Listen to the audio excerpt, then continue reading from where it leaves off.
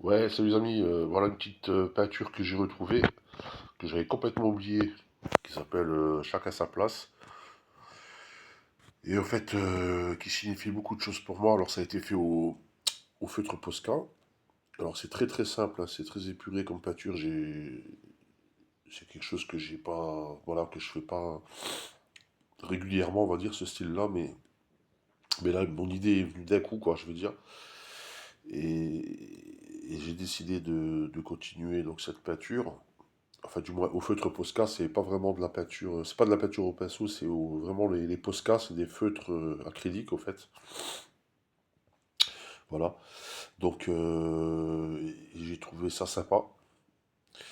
Et comme vous pouvez le voir, c'est des gens enfin, c'est des personnages qui se toisent, qui se regardent d'une manière un petit peu, comment dire, d'une manière un peu condescendante. Et on se rend compte que personne n'est à sa place, au fait. Que la tête rouge, elle devrait être sur le corps rouge, la tête bleue sur le corps bleu, la tête jaune sur le corps jaune, et la tête grise sur le corps gris, la tête verte sur le corps vert. Mais en fait, les têtes ne sont pas aux bons endroits, mais ils gardent leur position et ils veulent pas admettre, voilà, qu'ils sont désaccordés, quoi, qu'ils sont pas bien, qu'ils sont pas à leur place, en fait. Et puis, en fait, c'était un petit peu une critique de notre société, quoi.